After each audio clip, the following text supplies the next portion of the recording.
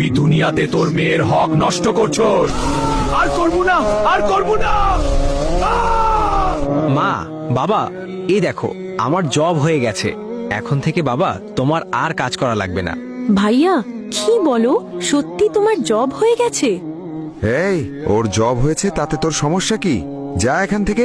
আরে, তুমি মেয়েটার সাথে এমন ব্যবহার করো কেন? মা বাবা আমার সাথে এমন কেন করে? এমন ভাবে ব্যবহার করে মনে হয় আমি তাদের সৎ মেয়ে। মা, বাবা, মিলি কোথায়? আমরা তো খেতে বসলাম। ও কি খাবার খাবে না? না, মিলির পেটে মনে হয় ক্ষুধা নাই। ক্ষুধা থাকলে আসতো। তোরটা তুই খা। মা, আমি অফিসে যাই, ঠিক আছে? ঠিক আছে বাবা, সাবধানে যাস। মা, বাবা, এই নাও, আজকে আমি বেতন পেয়েছি। কি বলছো বাবা, সত্যি? দে দে। মা, আমাকে একটা 3 পিস কিনে দিবা? এই গেছো সেখান থেকে, কয় টাকা কামাই করে রাখছিস? আচ্ছা শোনো, ছেলেটা তো অনেক কষ্ট করে আমাদের জন্য। এক কাজ করি, ছেলেটাকে সব জমি লিখে দেই। মেয়েটা তো পরের বাড়ি চলে যাবে, ওর লাগবে না। আচ্ছা, তাহলে কালকেই পাটোয়ারি সাহেবকে ডাকো। পাটোয়ারি সাহেব, আপনাকে আসতে বলছি এই কারণে যে আমরা কখন মরে যাই তার তো ঠিক নেই, তাই আমাদের সম্পত্তিগুলো ছেলের নামে লিখে দেই। এই নেন দলিল। হ্যাঁ, সব তো ঠিক আছে, খালি ওদের সই লাগবে। আচ্ছা বাবা, তুমি এখানে একটা সই দাও তো। ঠিক আছে আঙ্কেল। মিলি, এবার তুই সই দে। না আব্বা, আমি সই দেব না। আমার কি কোনো হক নাই? সব সম্পত্তি ভাই পাবে, আমি পাবো না? কি হলো ভাইয়া, তুমি চুপ কেন? বাবা এগুলো কি বলছে? সব তোমাকে দেবে, আমি কি পাবো না? বাবা তো ঠিকই বলছে। তুই মেয়ে মানুষ, সয় সম্পত্তি দিয়ে তুই কি করবি? এখানে সই দে। আব্বা, আমি আল্লাহর কাছে বিচার দিলাম, তোমরা আমাকে ঠকিয়েছো। তো বাবা, তুমি যে আমার মেয়েকে বিয়ে করবে, তুমি কি করো? আঙ্কেল, আমি একটি মসজিদের ইমাম, মসজিদে নামাজ পড়াই। সামান্য ইমাম, আর আইসো আমার মেয়েকে বিয়ে করতে? এক্ষুনি বেরিয়ে যাও।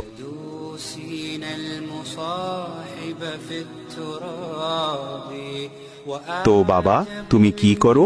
আঙ্কেল, আমি সরকারি চাকরি করি। আচ্ছা বিয়াইন, বিয়া কনফার্ম। ভুলে এখনই বিহাইন বলে ফেলছি। আচ্ছা, তো আগামী সপ্তাহে বিয়ে?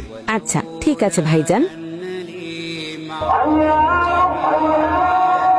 কিউ কাকা, শুনলাম আপনি নাকি আপনার মেয়েকে মেয়ের হক দেননি, এখন বলে সরকারি চেয়ে বিয়ে দিছেন। যে বাবা মা এক সন্তানকে সম্পদ বেশি দেয় এবং অন্য সন্তানকে সম্পদ কম দেয়, অথবা মেয়ের হক মেরে দিয়ে ছেলেকে দেয়, অথবা ছেলের হক মেরে মেয়েকে দিয়ে দেয়, এমন বাবা মা দুনিয়ার জমিনেও ভালো থাকতে পারে না, পরকালে ভালো থাকার তো কোনো প্রশ্নই আসে না।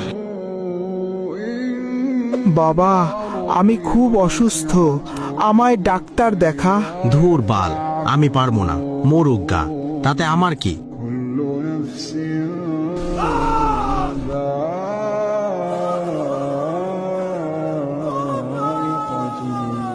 এই লোকটি তার মেয়েকে ঠকিয়েছে।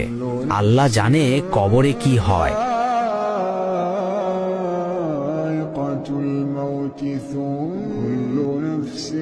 তুই দুনিয়াতে তোর মেয়ের হক নষ্ট করছস। তোর কোনো হিসাব নেই, তোর জায়গা শুধু জাহান্নামে। আর করবো না, আর করবো না। কিরে মিলি, তোর বাবা মারা গেছে কয়েক মাস হয়েছে, তোর বাবার বাড়ির সম্পত্তি কি তোর ভাই ভোগ করবো নাকি? কেন?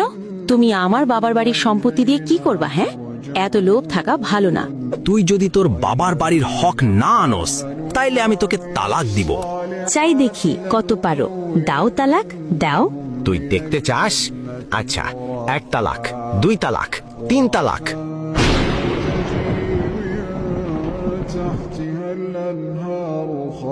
আমি এক্ষুনি মাকে ফোন করে বলবো তুমি যে আমাকে ছেড়ে দিছো। মা, মা, তোমার জামাই আমাকে তালাক দিয়ে দিছে সম্পত্তির জন্য। হায় হায়, কি বলছো? আচ্ছা তুই বাড়ি চলে আয় তাহলে, ওর সাথে থাকা তোর জন্য হারাম এখন। মা, তুই আমাকে মাফ করে দিস। আমি তোর সাথে অন্যায় করেছি। তুই মাফ না করলে আল্লাহ আমাকে মাফ করবে না।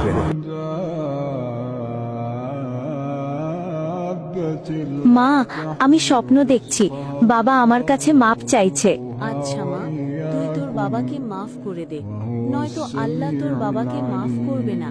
হে আল্লাহ, আপনি আমার বাবাকে মাফ করে দেন।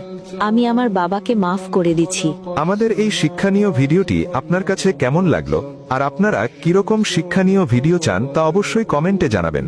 আর এরকম নিত্য নতুন ভিডিও পেতে আমাদের চ্যানেলটি ফলো দিয়ে রাখুন এক্ষুনি।